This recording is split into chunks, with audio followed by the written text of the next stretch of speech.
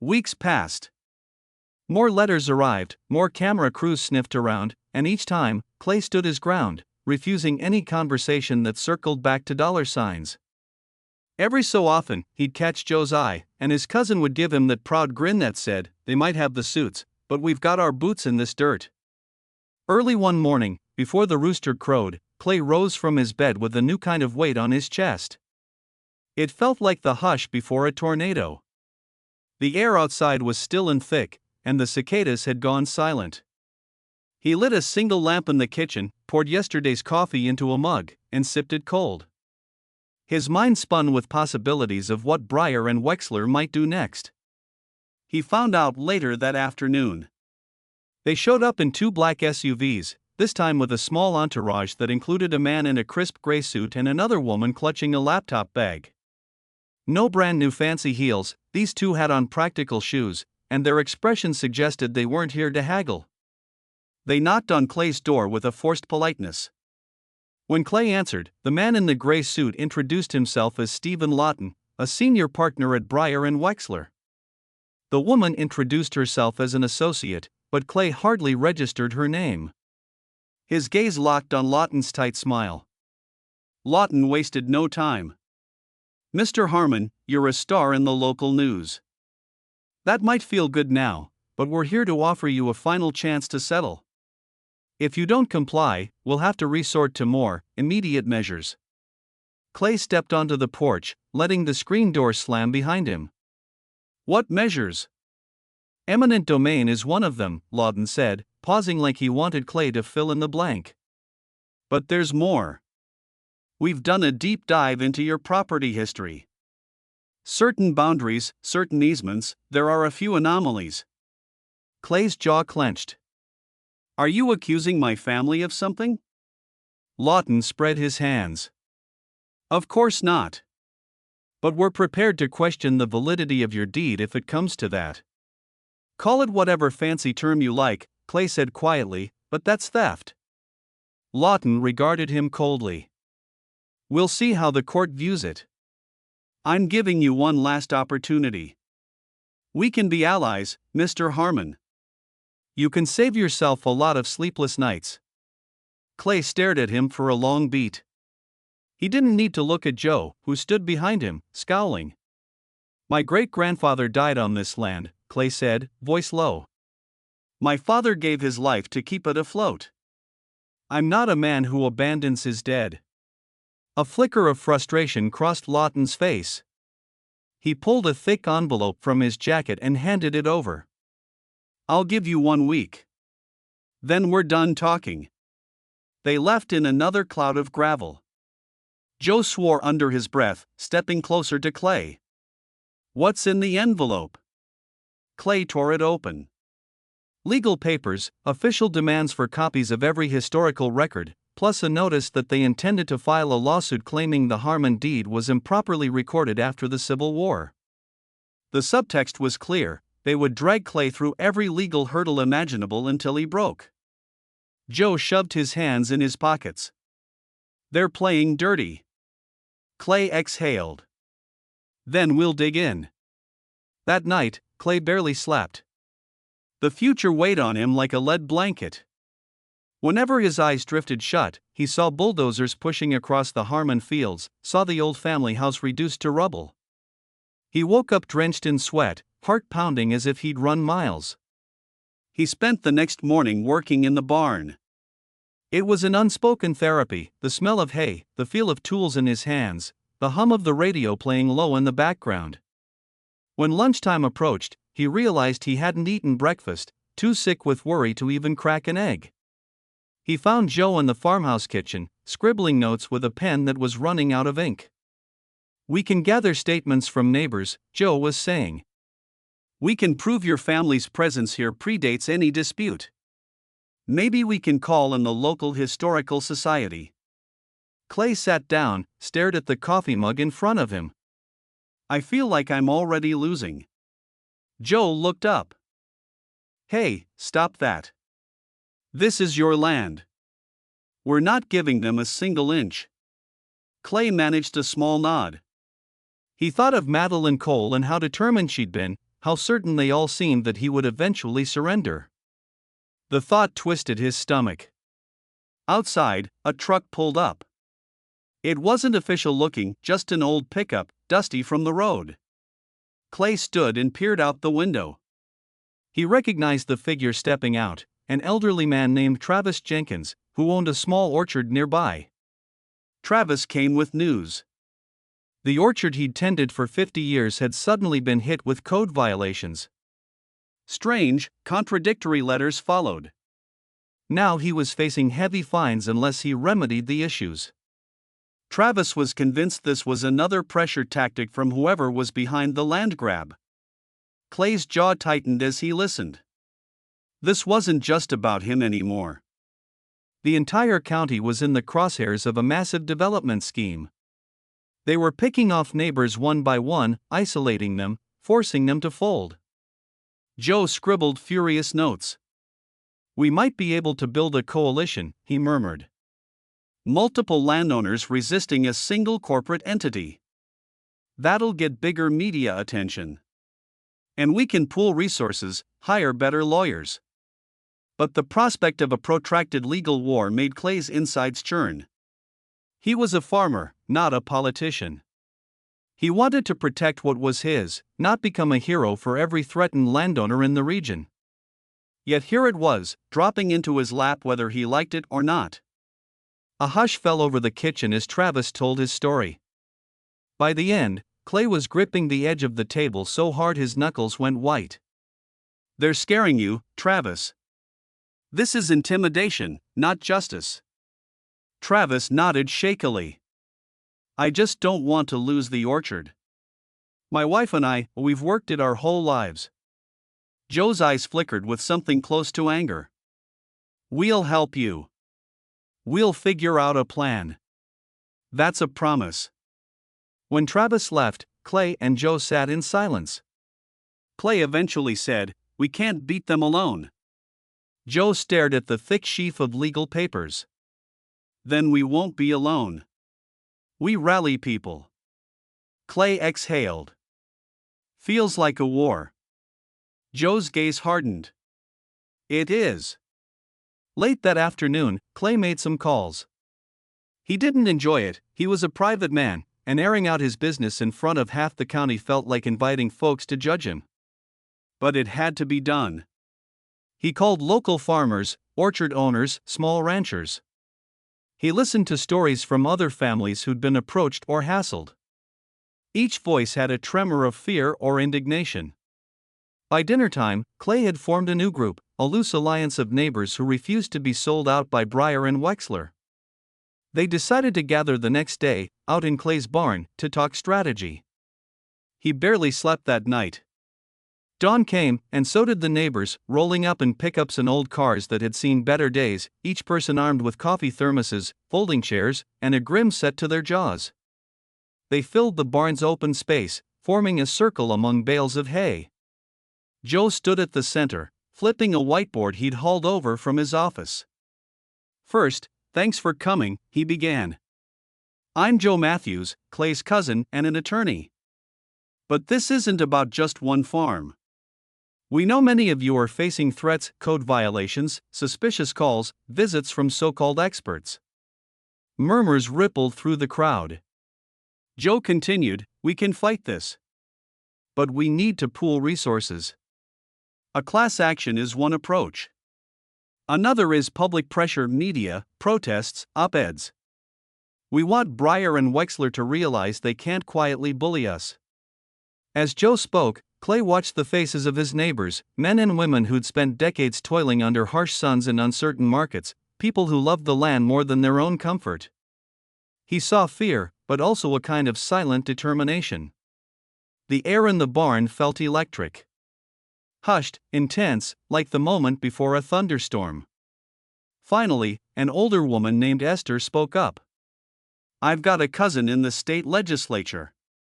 Maybe she can help put eyes on this." Joe nodded. "That's exactly what we need." Another man offered to pass out flyers at the county fair the following weekend.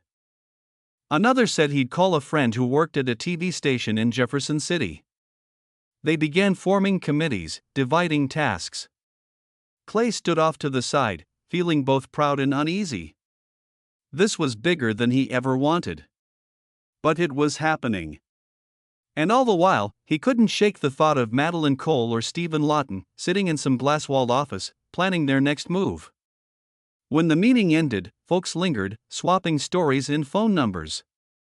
The sun dipped low, painting the sky orange through the barn's open doors. By the time everyone headed home, Clay felt an odd mixture of exhaustion and resolve. Outside, he walked the perimeter of his property. He stopped near the fence where the Harmon boundary met the old gravel road. His mind was thick with the day's events. For a moment, he wondered if fighting back would only bring more trouble.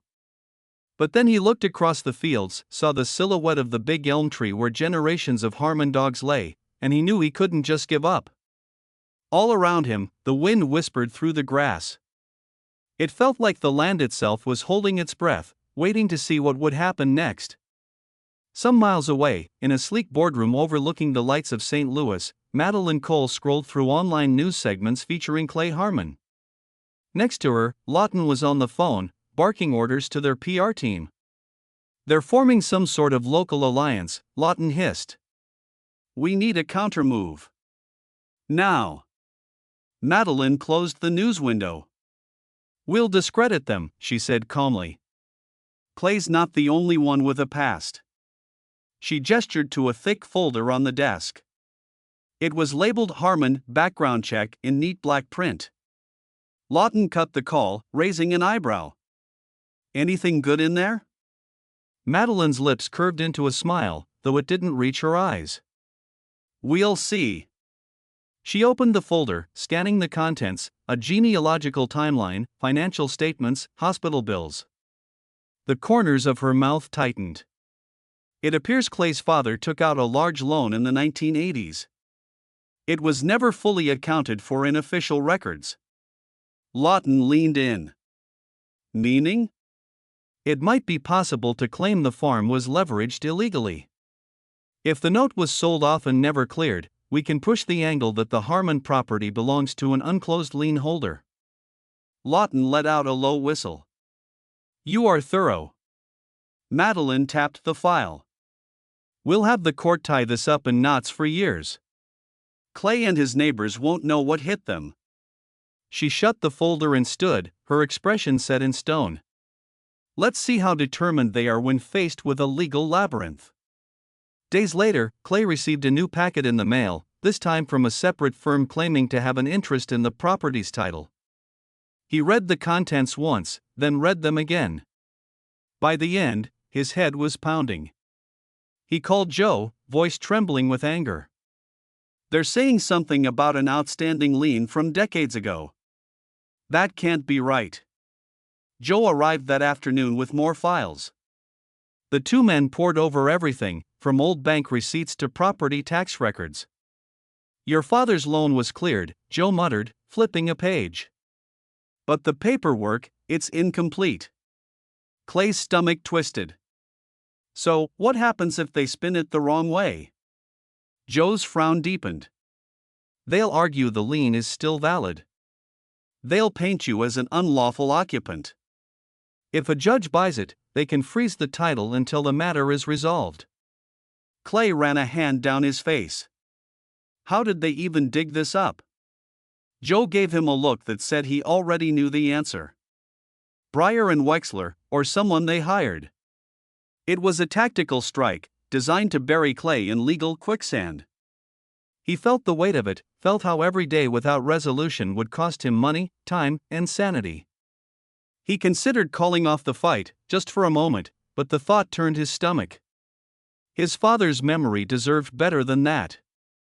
Word of this new attack spread through the alliance. It sent a chill through the community. If the Harmon farm, with its long, proud history, could be threatened by old paperwork, then no one was safe.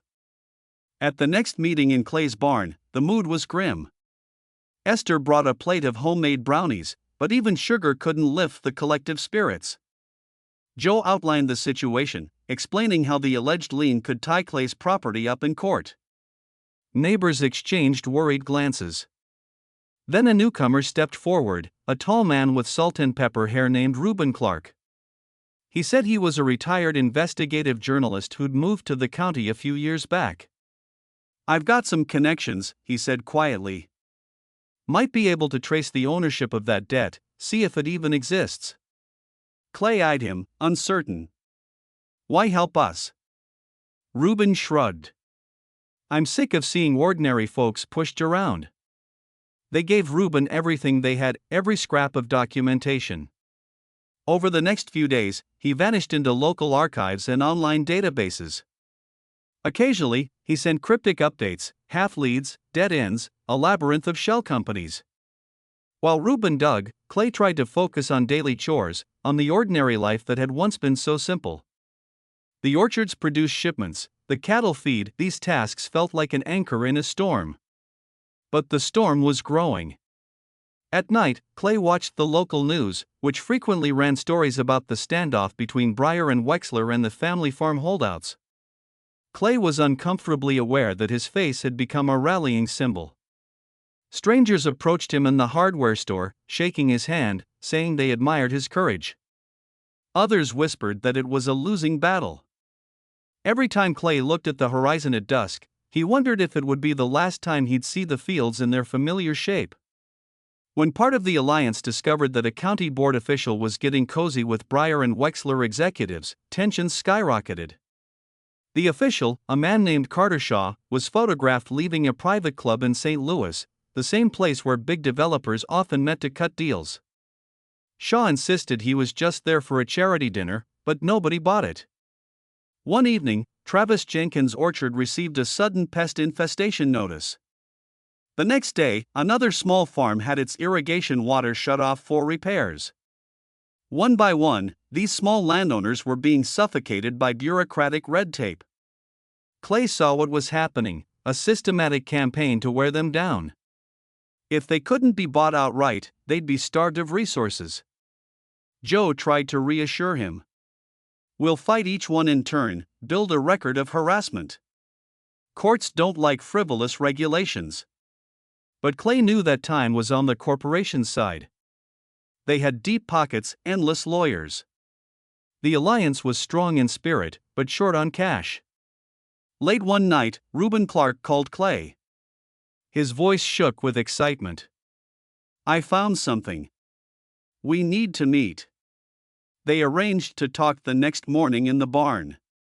Reuben brought a slim folder, dropping it on a work table. Joe was there, too, along with a few key members of the alliance. Reuben explained he'd traced the old loan.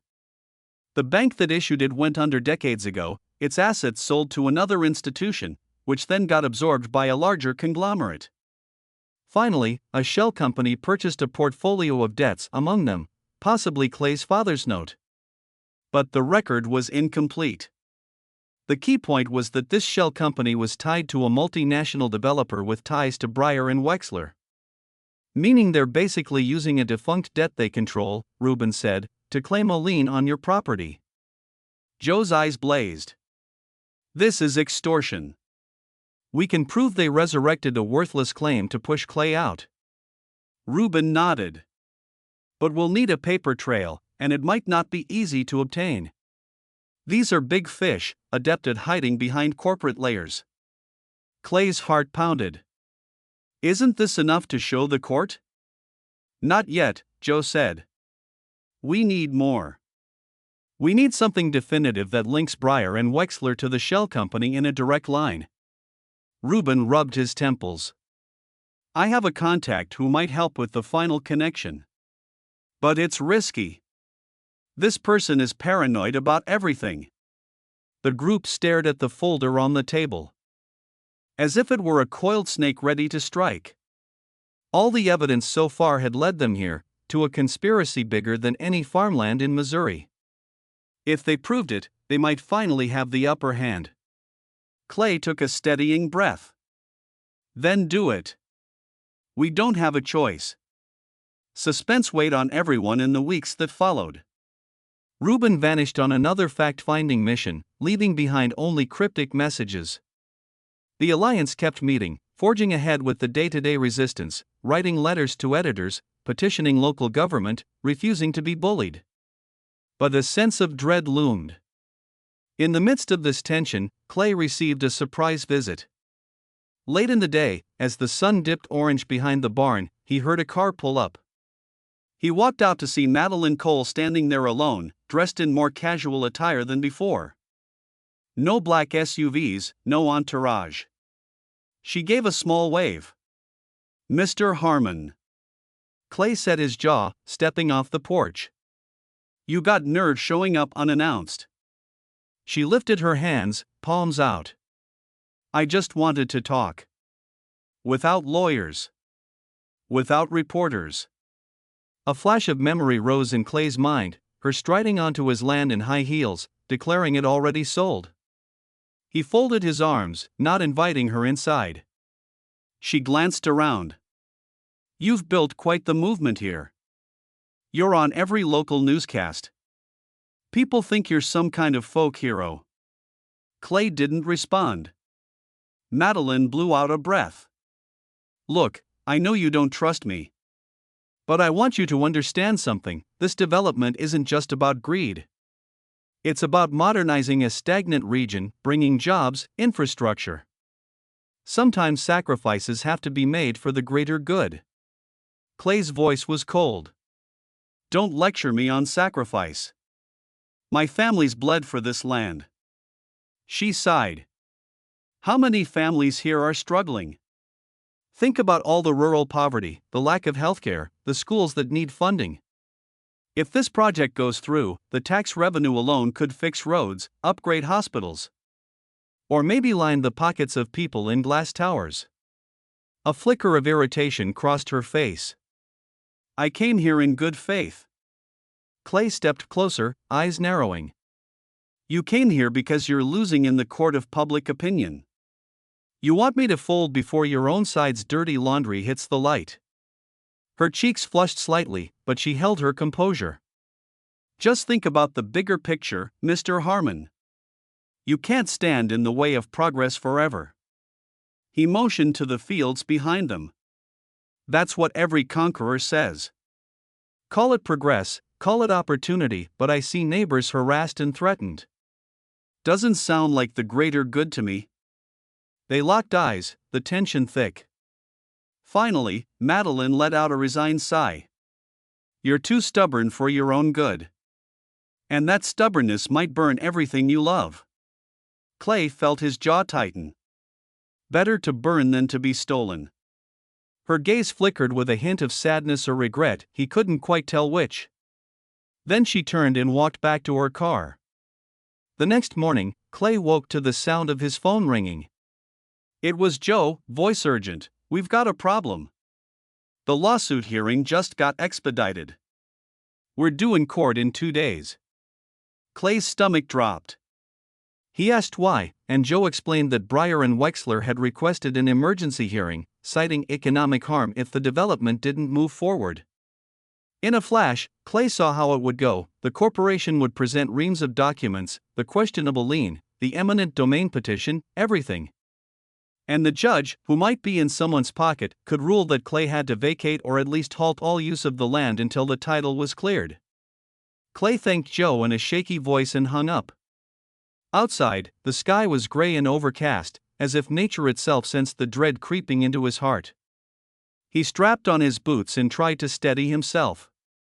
For the rest of the day, he worked through the farm chores on autopilot. He took a break only to meet with Joe and finalize any last-minute legal arguments. But deep down, Clay sensed they weren't prepared. Not for an expedited showdown. Night came, and he found himself alone in the old farmhouse, Joe having gone to finalize briefs in Springfield. Clay wandered the creaking halls, memories swirling, birthday parties in the living room, the smell of his mother's cooking, his father teaching him how to fix a broken fence. He paused at the framed photographs on the mantel, tracing a callous thumb over the faces of people long gone. This land was in his blood. If a judge tore it from him, he didn't know how he'd go on. He stepped outside, letting the night air fill his lungs. The stars were hidden behind thick clouds. He walked to the fence line, leaning on the old cedar post. 1,000 thoughts churned through his mind. Then he felt his phone vibrate. A text from Reuben: "Meet me behind the diner in town." Urgent. Clay's heart skipped. Urgent could mean anything. Maybe Reuben had the missing link that could save them. Without hesitation, Clay grabbed his truck keys, climbed into the driver's seat, and headed into the darkness, unsure if salvation or another dead end awaited. Like and subscribe, because the final battle is just ahead, and everything is on the line.